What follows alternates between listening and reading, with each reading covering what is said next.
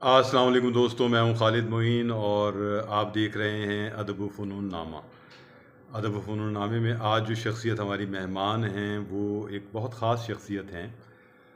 लाहौर में मुक़ीम हैं।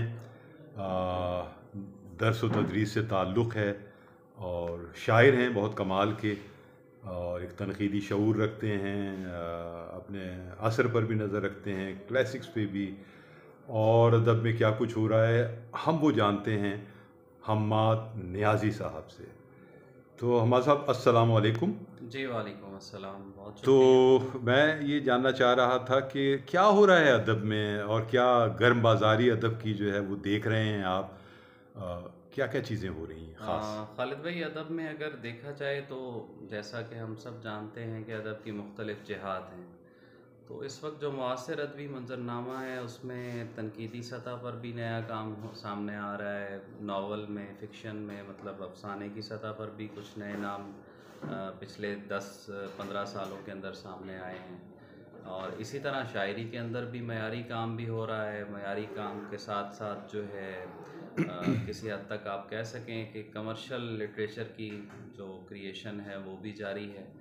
तो बहरहाल मतलब नए रुझानात के साथ चीज़ें सामने आ रही हैं। इवन बहुत सारी जो हमारे अदबी यानी जो पूरा समाजी मंज़रनामा बनता है उससे हटकर जो हमारे सियासी मंज़रनामा है उसके असरात भी हमारी शायरी में और हमारे अदब में नज़र आ रहे हैं।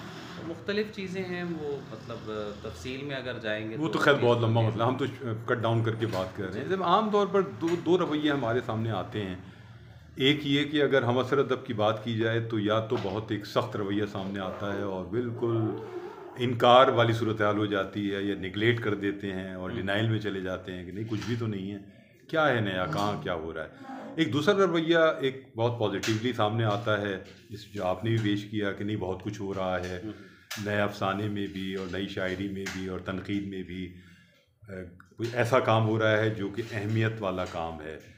तो क्या ये दो आरा के दरमियान कोई तीसरी भी धारा बन सकता है जिसमें हम ये भी कहें कि बहुत बुरा भी हो रहा है, बहुत अच्छा भी हो रहा है, अच्छा कम है, बुरा ज़्यादा है? इसके ये क्या कहेंगे? कुछ नहीं, एक ऑब्वियसली मुख्तसर। वो तो मैंने शुरू में बात की है कि यानी मयारी काम भी सामने आ रहा है और साथ ही जो नहीं, ज़्यादा मतलब क्या सूरत हाल है? ज़्यादा अगर देखा जाए तो अगर को बहुत बड़े इम्कानात रखने वाली आवाज़ें अगर हम उनको नॉमिनेट करना चाहें तो वो बहुत ज़्यादा तो नहीं है। लेकिन ऑब्वियसली उनको आप हमारे पूरे अदबी मंज़रनामे से स्किप भी नहीं कर सकते। वो अपनी जगह पर कंट्रीब्यूशन बहरहाल उनकी आ रही है। अब वो कंट्रीब्यूशन की सतहें जो हैं वो किस शायर की या किस अदीब की वो किस सतह पर कंट्रीब्यूट कर रहा है, तो वो तो ऑब्वियसली नक़द अदब का काम है और वो नाक़दीन अपनी सतह पर उसको डिसीजन करेंगे उसका। लेकिन ये है कि बहरहाल मैं मायूस नहीं हूँ। अच्छा, एक सवाल ये भी उठाते हैं नाक़दीन के, जो नस्ल जो है या नस्लें सरवत हुसैन को आइडियल आइडियल बनाती हैं और उस जैसा लिखना चाहती हैं, तो वो क्या लिखेंगी फिर? मतलब हसीयत कहाँ पहुँचेंगी?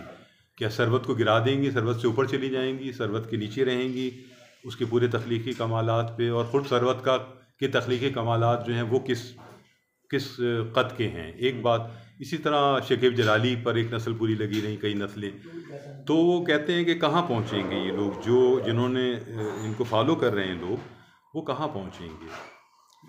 देखें जी, हर जो बड़ा अदीब होता है उसकी मतलब अगर देखें कंट्रीब्यूशन की जब हम बात करते हैं तो वो अपने आने वाली जनरेशन को कुछ ना कुछ रुझान दे के जाता है। जिन लोगों का आपने नाम दिया हमारी उर्दू गज़ल के अंदर अगर आप देखते हैं तो नो डाउट हमारी जनरेशन है और इससे पिछली जो जिस जनरेशन से आप ताल्लुक़ रखते हैं 80 की दहाई में, कुछ ना कुछ लोगों ने उनसे इन्फ्लुएंस लिया है। रुझान की सतह पर वो उससे मुतासिर भी हुए। बहरहाल जो मतलब एक बहुत ही अहम बात है कि it is not important to learn, but it is more important that how to unlearn the learn. तो ये मतलब अपनी जगह पर अहमियत रखता है कि सरवत और इस तरह के जो शायर हैं उनको पढ़ना और उनसे एक इन्फ्लुएंस लेना, वो तो एक नेचुरल, एक फितरी जो है ना वो चीज़ है। हर दौर के अंदर आप अपने से पिछले आने वाली रिवायत के जो बड़े बड़े लोग होते हैं उनसे किसी न किसी तरह का तासुर ले रहे होते हैं। अच्छा, यहाँ मैं एक सवाल आपसे करना चाहता हूँ हमाद नियाज़ी साहब, कि बड़े होने का तसव्वुर जो है वो अदब में कुछ लोगों के नज़दीक बहुत मुख्तलिफ है और कुछ लोगों के नज़दीक बहुत मुख्तलिफ है। मतलब अदब में बड़े नाम जो दिए जाते हैं शायरी में, वो मीर, गालिब और इकबाल, इकबाल तक भी आके लोग रुक जाते हैं। बहुत से लोग फैज़ का नाम लेते हैं, बहुत से लोग इससे इनकार करते हैं, बहुत से लोग मुनीम राशिद को कहते हैं कि एक बड़ा शायर है। लेकिन ये बड़ाई के पैमाने वक्त के साथ क्या बदल रहे हैं, और अब हर शायर को हम बड़ा शायर कहने पर आसानी से हम कह देते हैं कि बड़ा शायर, जिस तरह हम हर शायर को मुनफरिद शायर करार दे देते हैं, साहिब उसलूब करार दे देते हैं। ये कुछ ज़्यादा बेईमानी वाली बातें नहीं हैं कि हम बहुत तेज़ी से हर शायर को मुनफरिद कह देंगे, हर शायर को साहिब उसलूब और साहिब लहजा कह देंगे और बड़ा शायर कह देंगे? नहीं, ऑब्वियसली किसी को जो है ना बड़ा अदीब कहना, वो कहने के लिए आपको बहुत सारा, यानी एक तो ये है कि आपके पास एक मंतकी इस्तदलाल होना चाहिए किसी भी चीज़, किसी भी राइटर को बड़ा करार देने के लिए। और उसका फ़ैसला जो है वो ये नहीं कि मैं अभी वो 20-30 साल पहले अगर वो अपना यानी सारा काम करके गए हैं तो मैं फ़ौरन उसका फ़ैसला जो है वो सादर कर दूं कि ये बड़ा आदमी था। नो डाउट एक टाइम चाहिए होता है और पूरी एक नक़्तो नज़र की अदबी रिवायत उसका फ़ैसला करवाती है कि ये बड़ा आदमी था या नहीं था। ये जो आपने एक बात की वो बिल्कुल दुरुस्त है कि हम बाज़ औक़ात बड़े को और अहम को मिक्स अप करना शुरू कर देते हैं। जी, अहम शायर एक मुख्तलिफ बात है, तनाज़ुर में बिल्कुल होता ठीक है बात और बड़ा शायर एक मुख्तलिफ तनाज़ुर में होता है। है। बिल्कुल सही। तो ये जैसे आपने चंद नाम लिए, ये अहम शायर ज़रूर हैं, लेकिन उस लेवल पर जिस लेवल पे आप बात कर रहे थे कि हम क्लासिक उन्हें करार दे सकें, वो तो ऑब्वियसली नहीं है। अच्छा, आप अपनी ज़ाती तौर पर, आपको हमने देखा शायरी और बहुत संजीदगी से जो लोग आए 90 की दिहाई के बाद, उनमें आपका नाम बहुत नुमायाँ है।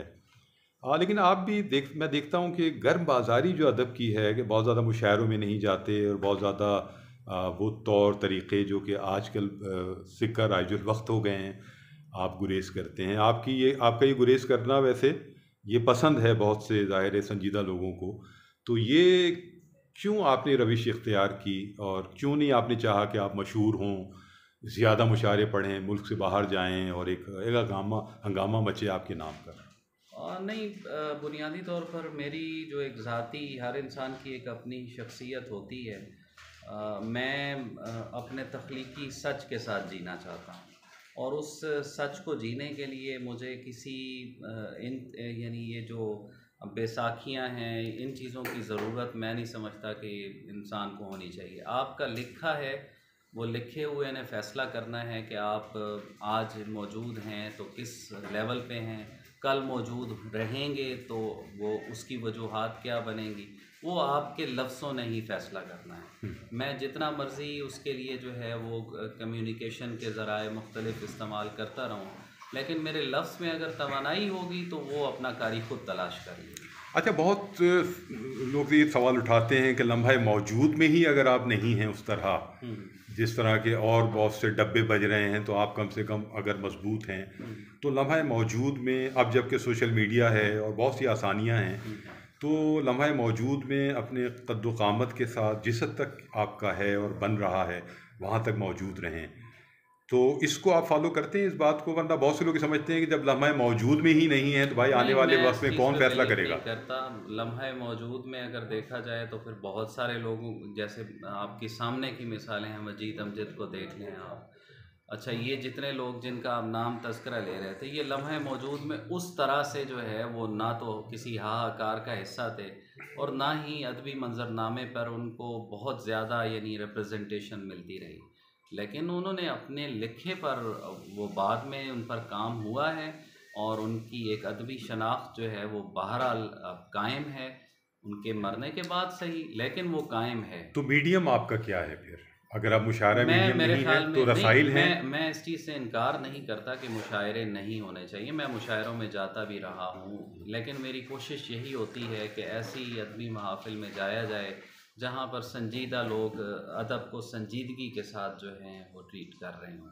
लेकिन साथ ही मैं इस चीज़ पर बहुत ज़ोर देता हूँ कि एक तख्लीक कार को कागज़ पर अपने लिखे को एतमाद उसको होना चाहिए, और वो जब तक कागज़ पर अपनी चीज़ को नहीं लाता उस वक्त तक मैं नहीं समझता कि वो कोई मुस्तहकम सूरत मुस्तहकम हाल उसकी उसकी बनती है सूरत अदब बनती में। तो है। अब तक आपके कितने मजमे आए? हाँ हमाद। खालिद भाई, मुझे तकरीबन अब 22 साल हो गए हैं, लेकिन अभी तक जो शेरी मजमुआ है वो लाने की हिम्मत नहीं हुई, लेकिन इंशाल्लाह इस साल जो है वो जनवरी में मेरा मजमुआ आ रहा है। इंशाअल्लाह बहुत अब दुआ गो हैं कि वो आए। 22 साल में तो आज का नौजवान 6 मजमे ले आता, लेकिन आपने सब्र सब्र जो है, सब्र जो है ये भी बहुत इसका एक मुकाम है। और आप कोशिश कर रहे हैं कि एक पायदार अदब के अंदर अपनी जगह और नाम बनाएं, और जिस संजीदगी से काम कर रहे हैं तो उसके लिए दुआ गो हैं। आपसे मिलके आज पहली ही मुलाकात हुई है और बहुत अच्छा लगा है, लेकिन आपको देखते रहे फेसबुक पे, आपके बारे में सुनते रहे। तो हम्माद नियाज़ी जिंदाबाद। बहुत लिखते रहें, पढ़ते रहें, सोचते रहें, आगे बढ़ते रहें, और अपने जैसे लोगों को भी आगे बढ़ाते रहें। बहुत शुक्रिया। बहुत शुक्रिया, बहुत इनायत।